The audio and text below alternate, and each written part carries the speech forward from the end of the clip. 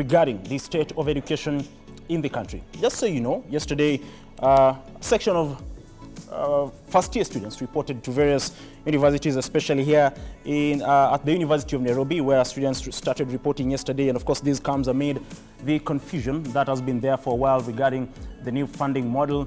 Now, students were finally banded into various categories, with around 10,000 students being regarded as the most vulnerable.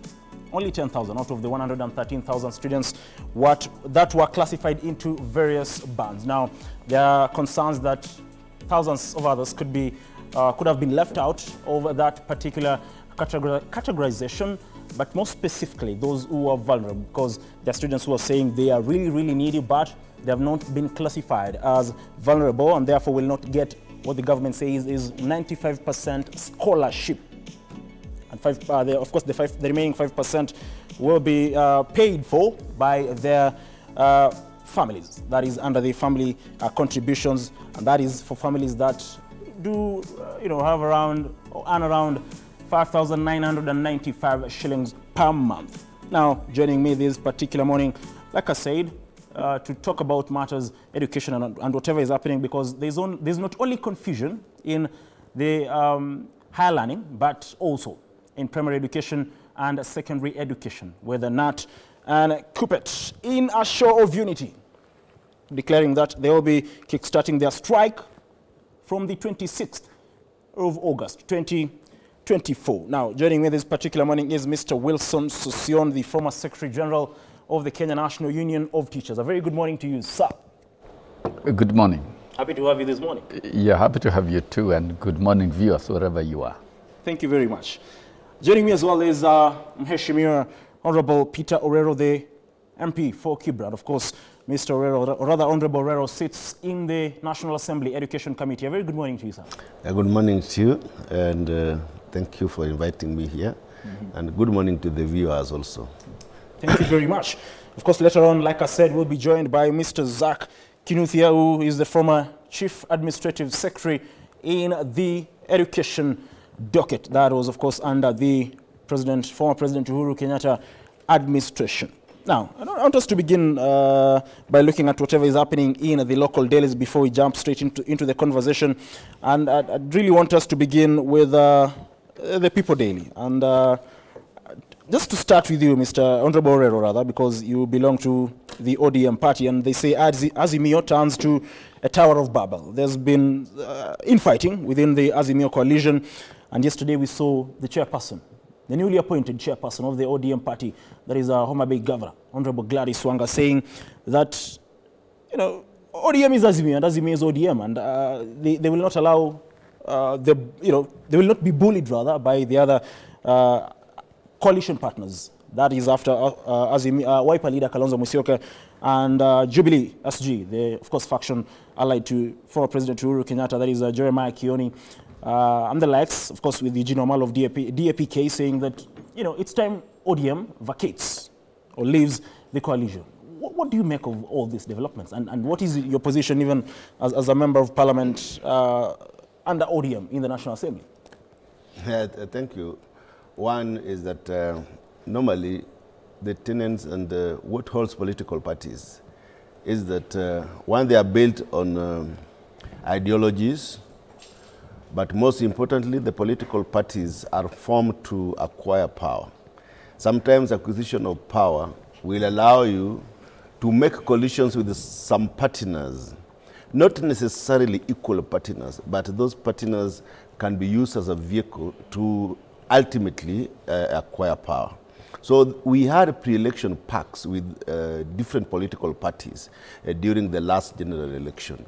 And one of those political parties, Wiper Party, DAP, Jubilee, are the political parties that we had a pact with.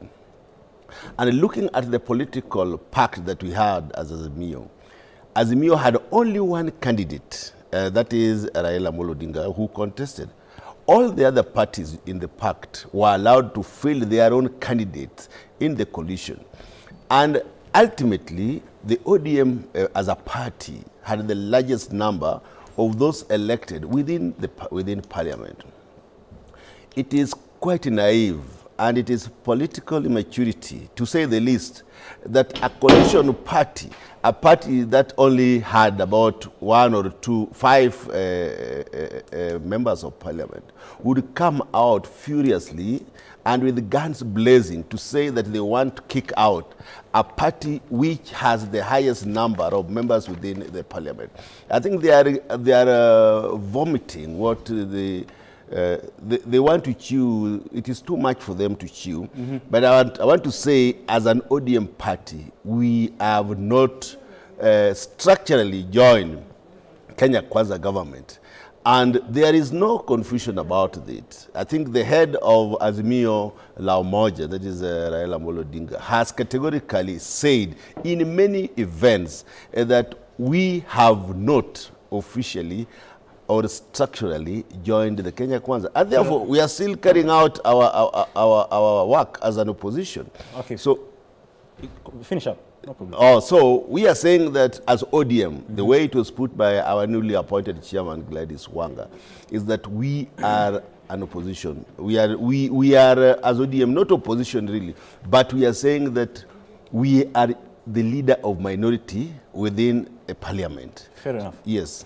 Mr. Sosion, coming to you, you know, there's some bit of confusion because Kalonzo and Kioni, of course, with Eugene Wamalwa, do want ODM out of Azimio, saying that they've joined the government. But like the deputy party leader, the newly appointed deputy party leader, of course, there are two, but Miss Honorable Sotsi says they've not signed any coalition agreement with Kenya Kwanza. So they're still in opposition and they will do their oversight role. I don't know what you make of all this fiasco within the opposition coalition. Now, I want to echo what the chair ODM Gladys Wanga has stated, that Azimio is ODM and ODM is Azimio. Without ODM, there is no Azimio. That's a fact for sure. Look at the number of members of parliament of ODM within the Azimio. It still forms a majority. And when the president invited the formation of the broad-based government, I think ODM engaged very well and to avoid violating the provisions of the law and other aspects, the individuals who were forwarded to Kenya Kwanza administration for appointment without affecting the structure and position of the party, which is okay.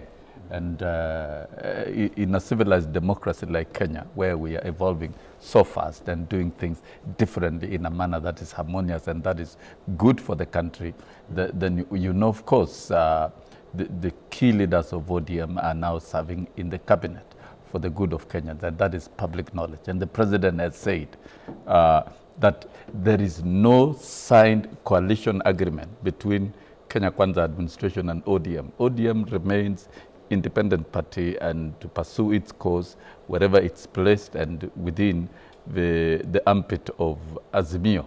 And truly, post-election agreement as envisaged in the Political Parties Act is about signing agreements. I want to see a demonstrated signed agreement between ODM and Kenya Kwanza administration. It is not there. It doesn't exist. Fair enough. So ODM enjoys its legitimate role in the minority space, which is okay. And as Kenya Kwanza, we are okay with that.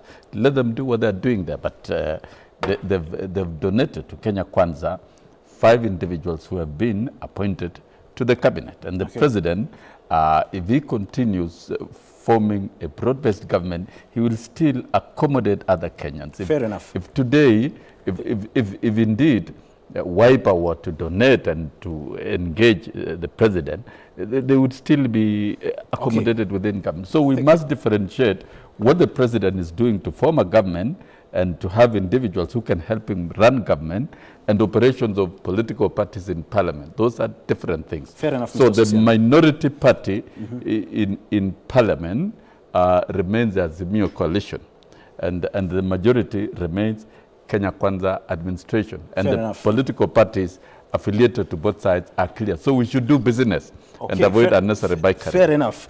Now, very good morning to you, Mr. Zach Kinuthia. Thank you. Sorry. Well, good morning too. Thank you very much for joining us. I think my hands are heavy. Thank you very much. I want to, you know, just pick your mind on whatever is happening within the opposition coalition, because there seems to be an infighting within members of the coalition in regards to who now leads the party, with the other members, YPR, Jubilee, and DAP insisting that ODM has joined government, and Raila Odinga is now, you know, quote unquote, in bed with the Kenya Kwanza administration. So they are the official leader of opposition. But looking at it, really, like Mr. Honorable Borrero has talked about, and as well as Mr. Sosion, ODM still has the majority in Parliament. But, or rather, yet again, they have not even signed a coalition agreement with Kenya Kwanza. So where does this leave the opposition? All right, thank you. And many greetings to these honorable members for Kibra and Sosion, a long-time friend of mine, once a nominated MP. Let me put it this way. there are two issues here. And however much we want to put English here, the common Kenyan believe that ODM, Raila Odinga, has joined government. We may want to put the legality, the language of law. We may want to say there are no pacts, no agreement, nothing known. But the backstreet, ordinary, reasonable, walking soul in the street today, whether that is in Bomet, whether that is in Muranga, whether that is in Kibra, whether that is in Mombasa, people believe, and I was here last evening listening to people in Mombasa, speaking to one of your reporters there, they believe Ruto and Raila have formed a broad-based government. And the broad-based government here is Kenya Kwanza and ODM. It's important to put it that way, because the members who have been picked by President Ruto are ODM members. The members that we hope will be picked for PS positions will be ODM. We don't expect Wiper there. We don't expect my party, PNU. We don't expect people to be donating people there. No. We expect that Raila's people will become PSs. And we hope there will be more than 10. And that brings me to the issue. Why are ODM members denying? Whom does it serve to deny that they are not working with Ruto?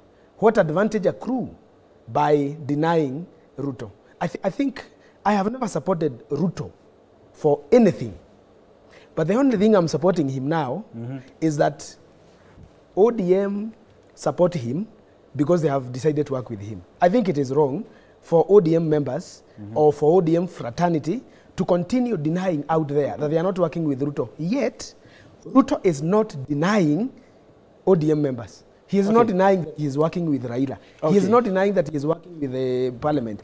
And because Ruto went to ODM because of 86 members of parliament, they should not play ball with the president. Because, I mean, the man has done what he should. He has dismissed his friends. He has taken jobs from some of his people who campaigned for him. If Raila has come inside government, by the way, I support Raila coming to this government. I support him as my friend. I support him as a man I supported in the last election. Raila has all the rights to join this government. Secondly, I support him to go to AU. He has all the rights. He has all the qualifications to become AU chairman. So why deny him? Let us not become women who get married and still continue quoting other men out there, denying that they are duly married by you, by you as a man. Fair enough. I want us to talk about whatever is happening in the Senate, and I'll begin with you again, Honorable Borrero. The impeachment of Governor Kawira Mwangaza. This is the third time that the Senate is hearing the impeachment motion against, rather in 2 years, against Governor Kawira Mwangaza. Now, from where you sit, is this, something that you'd term as genuine, or do you feel there's political witch hunt in some way? Of course, I would not have brought this, but our cultures sometimes make us to pronounce skewed opinion. When you go to Nyawira's place, that is Kawira's place, where Wakina Kiraitu, Linturi come from, I don't think they have been led by a lady. I would not call a woman a lady in such a position. And their culture, real culture there, I don't think it allows them. I think this is more of a culture-based problem. I don't think the people there would really want to be led throughout this term by Kawira. And I think it is more of witch hunting of this governor. But if it is not witch hunting, what the Senate can do, if I were them, is to recommend that the whole county be dissolved, so that those MCAs who are agitating for the removal of this governor, let them also go and seek a fresh mandate. Sometimes in politics, it's not about liking the person you work with, but it's about the interests of a country or a county. And these MCAs should have realized that they should put the interests of people of that county first. They cannot subject a governor to this kind of impeachment 3 times.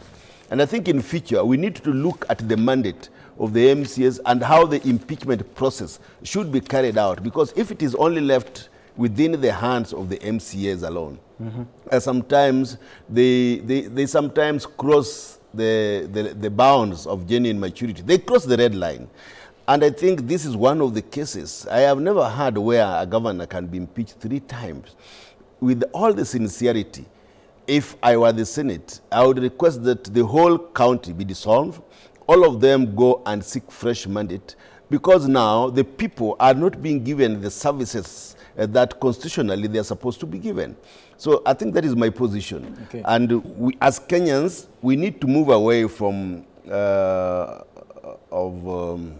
witch hunt.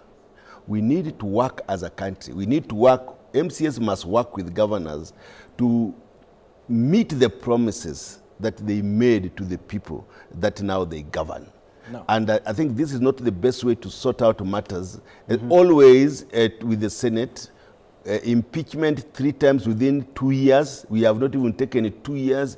They must have a common ground, and we need to have people to broker in and bring them together and work together. Okay, thank you very much. Mr. Susion, from where you sit, is it a case of, male chauvinism and, cultural, like Honorable Orero says? And I was to ask you, even as Honorable Orero talked about it, should the president look at probably, disbanding the entire county, ensuring that each and every person seeks fresh mandate to avoid all this political saga that we're witnessing? We are a country of the rule of law and the constitution, and probably the president may not exercise such authority. And what the MCAs are doing is trying to exploit the provision of impeachment clause. And we have seen it. It is the 3rd time, and I think from where I sit, the MCAs and the County Assembly of Meru have crossed the Rubicon. They've gone too far. And the provision of impeachment should be used very sparingly and when it is absolutely necessary. But what the MCAs of Meru are trying to demonstrate to us is fundamentally wrong. And we cannot say it is the people of Meru who are fighting Kawira Mwangaza.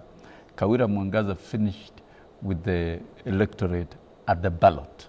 And what the MCAs are exercising is very strange and very difficult to understand. And the Senate in the previous 2 impeachments stood right and adjudicated the matter. Now that the matter is in the Senate for the 3rd time, we believe our Senate is extremely wise enough to pass a verdict. Because if you don't have facts of law, you can't remove somebody from office. I know Kawira Mwangaza. I served with her in the 12th Parliament. She's a forthright lady. And for a lady to be elected governor through an independent party by men and women of Meru. Remember, it is the men and women of Meru who voted, and they saw Mwangaza.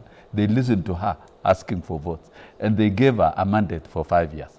I don't believe in the business of hounding people out of offices. Let people serve their full term. And if you have any reservations about that person, then you wait for the end of term.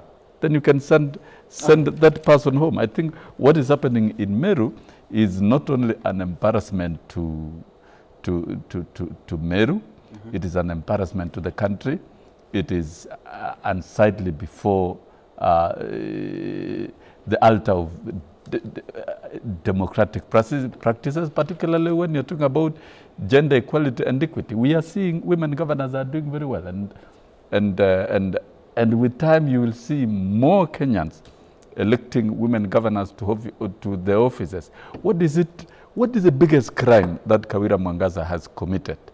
And I think those MCAs of Meru, if they were clever, they should withdraw that impeachment and allow Mwangaza to serve full time and concentrate in their role, because there is nowhere where the county assembly is tied to Kawira Mwangaza, the governor.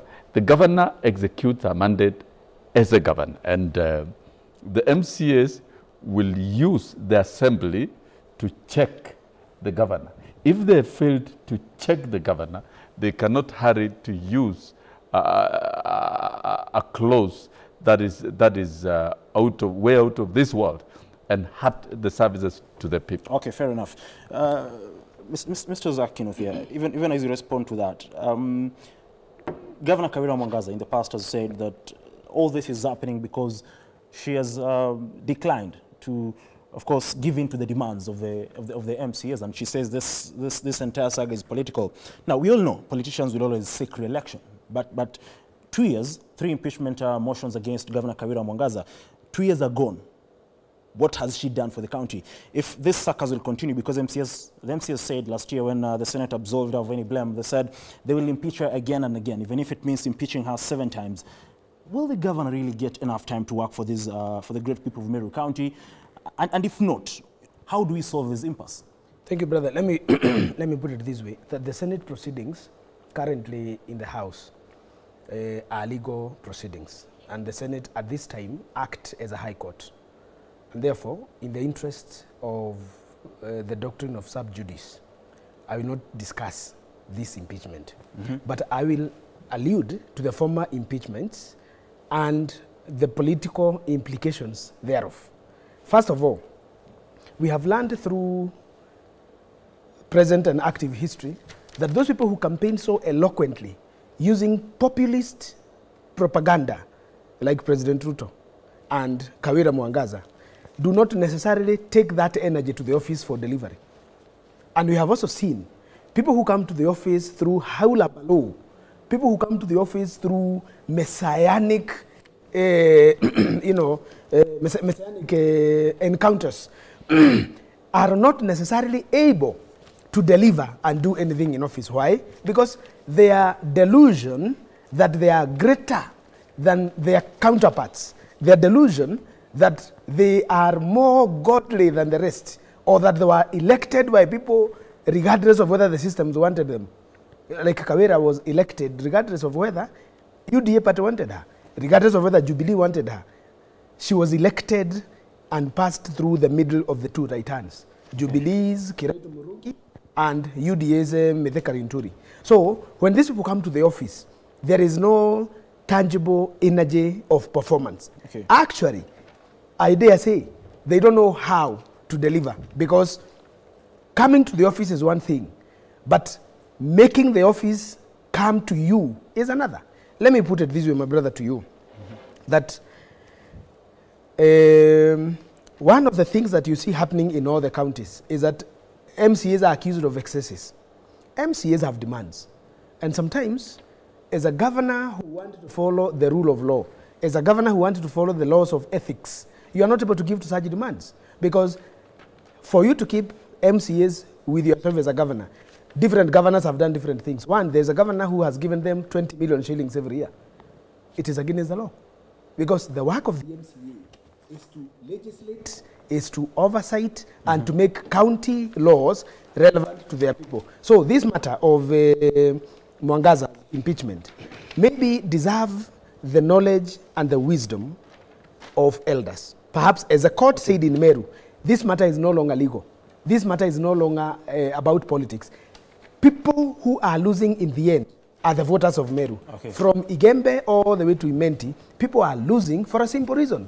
Reason that the leadership cannot work together. So in the interest of service delivery, I would also ask the members of county assembly, the governor, the senator, the members of parliament, and all stakeholders, including the church and the academia, to come together and make the county deliver services for the sake of the people. Fair enough. We're running out of time. I'll give you all 1 minute, but just to look at whatever is happening, then whatever is making headlines on the other dailies. The Star is talking about Kalonzo looking at bringing the Gema nation together. Of course, working with Deputy President Rigathi Gachagua.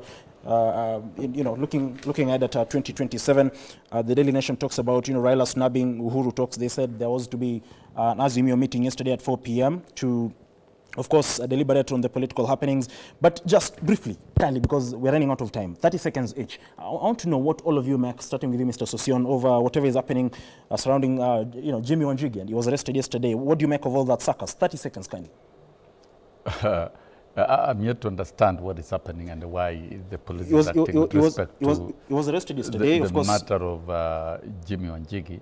So I may be least qualified to comment on that one. Two, what is happening within Azimio is that segments of Azimio cannot believe the changing political topography and terrain within Azimio itself, and so that becomes their problem. It can be none of my problem. But I think Kenya is an evolving democracy. We should accept new ways of doing things, and so ODM engaging the president in the open. Thank you very much. And giving 5 of its members to the cabinet. Thank you. Is okay. Thank you, Mr. Sosion. Honorable Bororo, 30 seconds, kindly. I just watched Lawyer Kaminwa speak about the arrest of Wanjigi. It's about the obeying of the court orders. As a country, we need to, if at all we have court orders barring the police to arrest a person, then we must be able to obey court orders. And I think Wanjigi presented himself to the police. I looked at the TV how the police were almost harassing him. And I don't think that is the state that we should be in a country. There has been a reorganization of police service, and the tenets of democracy should be allowed to take root within the political atmosphere. Whatever it is, we must follow the Constitution. We must allow the citizens to enjoy their freedom of speech. And also, we must protect all Kenyans. Thank you very much. Mr. Kinuthia, what do you make of all that saga? 30 seconds, because you said, Yes, I'll 30 spend seconds. 5 seconds to say, like Sosion, my friend, on this Wanjigi matter, I'm also following on TV. I'll find out. I don't have facts. I don't have no truth. But on Azimio Council, I think it's important to ask the nation this morning, from the point of authority, for people to spare Uhuru Kenyatta. Uhuru Kenyatta is not involved in these shenanigans. He has not called any meeting. He is not about to call any other meeting for Azimio. He is enjoying his retirement in absolute peace of heart, soul, and body. Okay, thank you very much. Of course, that was, whatever is making headlines across the local dailies this particular morning. And I didn't want to specifically talk about the headline on the Daily Nation regarding the education sector and what is happening with the higher education amid the new funding model, because we'll be talking about that after this short commercial break. We'll be talking about matters, the state of education. Don't go away. We'll be back in a moment.